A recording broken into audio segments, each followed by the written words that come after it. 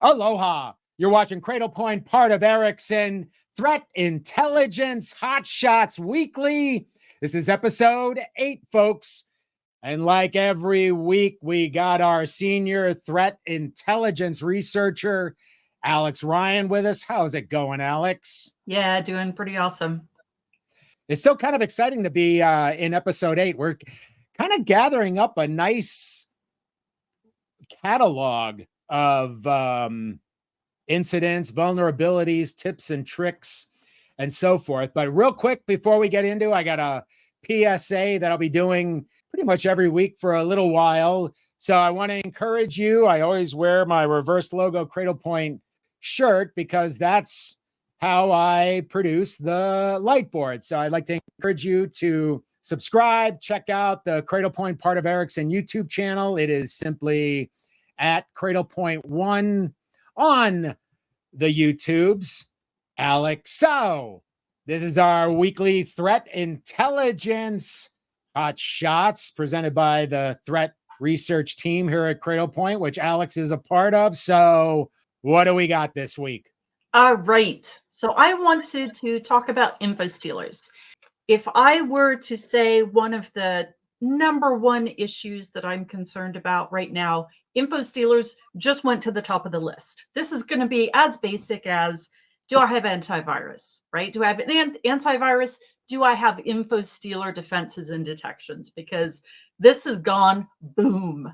So the context in which is that we're really seeing this explode, or the impact of an InfoStealer, is the Snowflake incident, where data was stolen from Snowflake databases and exfiltrated out, and now we're seeing them sold on the breached forums. So let's take it from the top, over on the left-hand side. So we have reconnaissance happening here, and the reconnaissance is an attacker using an InfoStealer in order to get legitimate credentials from a user, okay?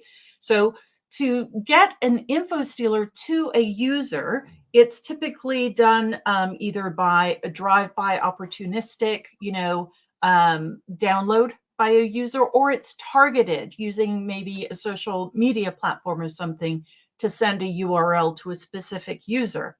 Now, the user can either have a vulnerability on their browser, which the attacker takes advantage of to install the InfoStealer, or the user themselves clicks and installs the InfoStealer. And this can come in the context of a browser update, or if they're downloading software that they want, that also can have malicious software packaged in with it. So those are some vectors that we're seeing about how does InfoStealer even end up on the end user's device. The InfoStealer takes the cookies, the credentials, sometimes cut and paste information, sometimes snapshots of the screen, of the person's screen, and we'll get into that in the next slide a little bit, but that's how they take the data, they exfiltrate it out. Now that they have the credentials and they know who it's from, and they know that this person is an administrator and that their company is working with Snowflake, right? Snowflake has them on their little logo of who our customers are or whatever. Maybe they just try it, right? This is all called credential stuffing. So I take legitimate credentials, I just, try every combination of username and credentials that, pair that I've gotten and see what happens. Yep. And so the accounts on Snowflake that did not have two-factor authentication and that have been compromised either by an InfoStealer or bought on a dark website, they logged in to those accounts. Nothing was breached, okay? Like there was no hack. This was not a flaw in Snowflake's API or how they manage credentials or anything. This was not a hack. This was simply credential stuffing with legitimate credentials. So one of the ones that I really wanted to focus on, a customer of Snowflake that did have credentials that were compromised and were logged into, is Pure Storage. And Pure Storage had partnered with Snowflake in order to get analytics and governance from Snowflake. But in order to do that, they needed access to the data to do those kinds of analytics. And the kinds of customers that were working with Pure Storage are NASA, Ford, Meta, JP Morgan, really high profile customers. So this is almost like third-party attack, like the attack chain is just getting longer and more sophisticated, and we really need to keep up. So how the data was gathered was a malware, and I hesitate to even call it malware because it was not, it's a reconnaissance tool that essentially says, show me all the tables, copy all the tables. This is not necessarily doing a hack. This is simply gathering information, and then it exfiltrates it out on, HTTPS or FTP or SMTP or whatever. The real hack was the InfoStealer. Leveraging the information that they got from the InfoStealer all the way through the attack lifecycle, that is really the key to me. So if you ever have an administrator or a manager say, we can't afford 2FA, I want you to take this slide to them and say, this is what you're signing up for, man. It sort of reinforces the whole don't click on links you don't know who it's coming from, although they could certainly impersonate a sender and put something into a link. It reiterates the need for multi-factor authentication, of course. And then also, with the third party, whether it's through APIs on the back end, always securing that data, no matter where it is in the whole process. Now, one of the things you said earlier while we were talking was this was an incident, not a breach. And you kind of reiterated that. And you made an important point before we went on the air about, the difference between, say, an incident and then an actual breach. Yes. So incident response, right? We have these phases of how serious is this thing, right? So we get an alert in and then we investigate it. And then once we've investigated and made sure that it's a problem, then it becomes an incident. Yeah. It's the same thing in this attack lifecycle as well. So for instance, with the InfoStealer being installed would be a compromise. So I say data exfiltrated until the legal person says breached, and then I'm like, okay, breached. Yeah. But I never use the word until they use it.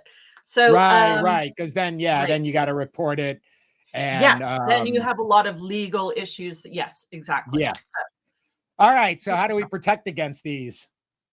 Read this chart in columns, not across, but columns. Yep. So initial access. So how you will be impacted by specific InfoStealers depends on what your users do. So the top InfoStealers, if I were a defender and I said, okay, I want to defend against InfoStealers, where do I start? The top 3 are Redline, Agent Tesla, and Formbook. So go and look up their TTPs and really focus on those, and those will be your top ones, and then work your way down a little bit further. But regardless of industry, those are the top InfoStealers. So how do they, get the initial access? Meaning they get someone to download the InfoStealer, or they get someone to go to a URL that will exploit a vulnerability on the browser and then download the malware. So we've seen LinkedIn messages and social engineering, and those are typically targeted attacks, right? And then we've also seen opportunistic downloads where the threat actor has used search engine optimization in order to get their malicious advert or URL to the top of the search results. So those are the top ways that we see threat actors interacting or trying to get users to download this, this malware. How do you stop it? This is a real proactive step. And to be honest, like with most attacks, defense, proactive defense is going to be your number one control, is to stop the download. And so this can be in browser isolation, where once a user has initiated a download, it goes into a sandbox where there's code review. It can be dynamic or static code review. The malicious code is taken out and then the download proceeds to the user, but it has been sort of nullified for malicious attack. That is the Right. number one way to stop this attack. And then site reputation filtering. So obviously, if you have a site that is new, just has bad information filled in for the owner and, reporting abuse and stuff like that, very anonymous, very new, right? That site will have a bad reputation. You definitely want to make sure that your web filtering categories would catch those kinds of sites with those kinds of attributes, like, being registered very newly, right? They're very new. Right. Yeah. And if the category is unknown, just isolate it anyway. Don't even try to guess along the way. Yeah, we can't take the chance anymore. We Nope. can't take the chance anymore. Stakes are too high. Going over to execution. So how is it that an InfoStealer actually works once it's downloaded? So there's some very common attributes across these InfoStealers that happens. So there's a process injection. Now, this is something that you have to do. It's a host detection, right? So an EDR or something like that, where a process launches that has no arguments. And that is indicative of a sideload into a current process, a DLL, sideload injection. So that is a very important one to look for. Another one is where Chrome is a very targeted browser. So that's why I put this example in. But once they have the cookie, they have to decrypt the cookie in order to get the credentials. And so for Chrome in Windows, they'll use an unprotect command. So create a detection looking for that particular command. From a defense side, right, you're going to have these host command detections in place. And then for exfiltration, once they have gathered the information and they've got the credentials, now they're going to send it off site back to the attacker so they can leverage them for other attacks. We've seen Telegram API, right? So they send it to a Telegram channel, get and post requests to a C2 server, SMTP and FTP. So look, seriously, SMTP should not be going outbound from a client. Just shouldn't, right? Only your email servers are doing that, or you have O365 and it's in the cloud. So SMTP should not be in your environment, but just really lock down and know which sources should be sending out data. And so the defenses that you have here are, again, site and IP reputation filtering. And then also, like we discussed, filtering the outbound ports that are unexpected or completely should not be happening. So yeah. And then isolating the stuff you just have no idea about. Could we go to the sources slide? I'm sorry. I tend to do that. I just plow forward and I know, you're like, get this over with. So Atomic Red Team had amazing scripts that you can run in your environment that are safe, that you can see if you can detect these things. Oh, so, nice. Yeah, total copy and paste situation. You just run the commands on the client. Do you get a hit anywhere off of your controls and monitoring, so that you can figure out whether or not you're defended against some of these attack types? So really would recommend taking a look at those, because it's the nitty-gritty. And kind of helps you figure out, where the holes potentially may be, which, these days it could be anywhere. We're all very holy. We all have a lot of holes.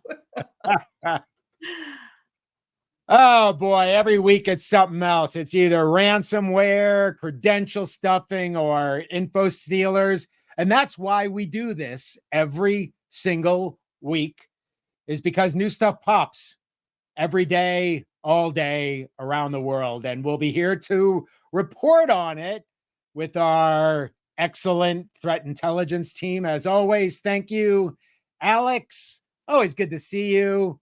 And always good to see you. Thanks again for joining. We hope you enjoy the series. If you do, hit the like, subscribe, share, of course. And next week, actually, we might pause it because I'll be out of town on a work trip, but we'll catch up again in the following week for episode 9. So for my good pal, Alex, always great seeing you. I'm Peter, and we're with Cradlepoint, part of Ericsson. Thanks for watching. Bye, everyone.